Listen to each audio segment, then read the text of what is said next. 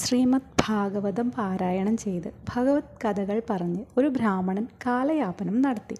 ഒരിക്കൽ അദ്ദേഹം ഒരു ഗൃഹത്തിൽ ഭാഗവത പാരായണം നടത്തുമ്പോൾ ഒരു കള്ളൻ ആ വീട്ടിൽ കടന്ന് തട്ടിൻപുറത്ത് ഒളിച്ചിരിക്കുകയായിരുന്നു. അയാൾ ഇരിക്കുന്നതിന് തൊട്ട് താഴെയായിട്ടാണ് ഭാഗവത പാരായണം നടക്കുന്നത്. അങ്ങനെ കള്ളൻ അത് കേൾക്കാൻ നിർബന്ധിതനായി. ഉണ്ണിക്കണ്ണനെ വർണ്ണിക്കുന്ന ഭാഗം.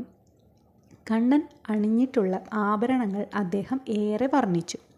കാലികളെ മേയ്ക്കാൻ കൊണ്ടുപോകുന്നതിന് മുമ്പ് യശോദ ഉണ്ണിയെ വിലയേറിയ ആഭരണങ്ങൾ അണിയിക്കുകയും. ഇത് കേട്ടപ്പോൾ കള്ളൻ്റെ ചിന്ത, ആ ബാലനെ തട്ടിക്കൊണ്ടുപോയി കൊന്നാൽ ആഭരണങ്ങളെല്ലാം കൈക്കലാക്കാം. അപ്പോൾ ചെറിയ ചെറിയ മോഷണങ്ങൾ നടത്തി കഷ്ടപ്പെടാതെ ജീവിക്കാമല്ലോ. പാരായണം കഴിഞ്ഞ് ബ്രാഹ്മണൻ യാത്രയായി. കള്ളൻ രഹസ്യമായി അദ്ദേഹത്തെ പിന്തുടർന്ന് വിജനമായ സ്ഥലത്ത് വെച്ച് ബ്രാഹ്മണൻ അദ്ദേഹത്തെ തടഞ്ഞു നിർത്തി. അയാൾ ചോദിച്ചു, നിങ്ങൾ യശോദ എന്ന സ്ത്രീയുടെ മകൻ കൃഷ്ണൻ എന്ന ബാലൻ്റെ കാര്യം പറഞ്ഞല്ലോ. ആ പയ്യനെ എവിടെയാണ് കാണാൻ സാധിക്കുക? ബ്രാഹ്മണൻ പറഞ്ഞു, വൃന്ദാവനത്തിൽ യമുനാ തീരത്തെ പച്ചപ്പുൽപ്പരപ്പിൽ 2 കുട്ടികൾ രാവിലെ വരും. ഒരാൾ കാർമേഘ നിറമുള്ളവൻ, കയ്യിൽ ഓടക്കുഴലുണ്ടാകും, അതാണ് കൃഷ്ണൻ. കള്ളൻ ഇത് വിശ്വസിച്ച് ഉടനെ തന്നെ വൃന്ദാവനത്തിലേക്ക് പുറപ്പെട്ടു. രാത്രി അവിടെ എത്തി ഒരു മരത്തിൽ കയറി ഒളിച്ചിരുന്നു. കണ്ണൻ്റെ കാലടികൾ പതിഞ്ഞ ആ പുണ്യഭൂമിയിൽ പുലർ വെളിച്ചം പരന്നു. ഹൃദ്യമായ മുരളീനാദം കാറ്റിൽ അലിഞ്ഞെത്തി. അത് അടുത്തു വന്നുകൊണ്ടിരിക്കുന്നു. അപ്പോൾ അതാ 2 ബാലന്മാർ. കള്ളൻ മരത്തിൽ നിന്നിറങ്ങി അവരുടെ സമീപം ചെന്നു.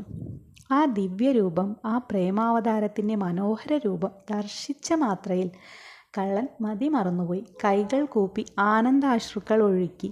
ജന്മജന്മാന്തരങ്ങളിലായി എത്രയോ പേർക്ക് ലഭിക്കാത്ത പുണ്യം അയാൾക്ക് മനപരിവർത്തനവും ഉണ്ടായി. സ്വയം മറന്നു. അയാൾ ചിന്തിച്ചു, ഈ കുഞ്ഞുങ്ങളുടെ അമ്മ എത്ര ബുദ്ധിശൂന്യാണ്. ആരെങ്കിലും ഇത്രയും ആഭരണങ്ങൾ അണിയിച്ച് കുഞ്ഞുങ്ങളെ തനിയെ വീടിന് പുറത്തേക്ക് അയക്കുമോ? കള്ളൻ വീണ്ടും ബാലനെ സൂക്ഷിച്ചു നോക്കി. ബ്രാഹ്മണൻ പറഞ്ഞതുപോലെ ഒരു ആഭരണം കണ്ണൻ്റെ കഴുത്തിൽ കണ്ടില്ല. അതുകൂടി കൃഷ്ണനെ അണിയിച്ചു കാണാൻ അയാൾ ആഗ്രഹിച്ചു. പെട്ടെന്ന് ഉച്ചസൂര്യനെ മറയ്ക്കുന്ന കാർമേഘങ്ങൾ പോലെ ദുഷ്ചിന്തകൾ അയാളുടെ മനസ്സിൽ കടന്നു വന്നു.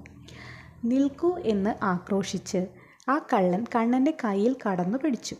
ആ ദിവ്യസ്പർശന മാത്രയിൽ അയാളുടെ പൂർവ്വകർമ്മങ്ങൾ അവസാനിച്ചു. അയാൾ പരിശുദ്ധനായി. പ്രേമപൂർവ്വം അയാൾ ചോദിച്ചു, അവിടുന്ന് ആരാണ്? നിങ്ങൾ വന്ന ഉദ്ദേശം മറന്നുവോ? ഇതാ എൻ്റെ ആഭരണങ്ങളെല്ലാം എടുത്തുകൊള്ളൂ. കൃഷ്ണൻ മധുരമായി അരുളി.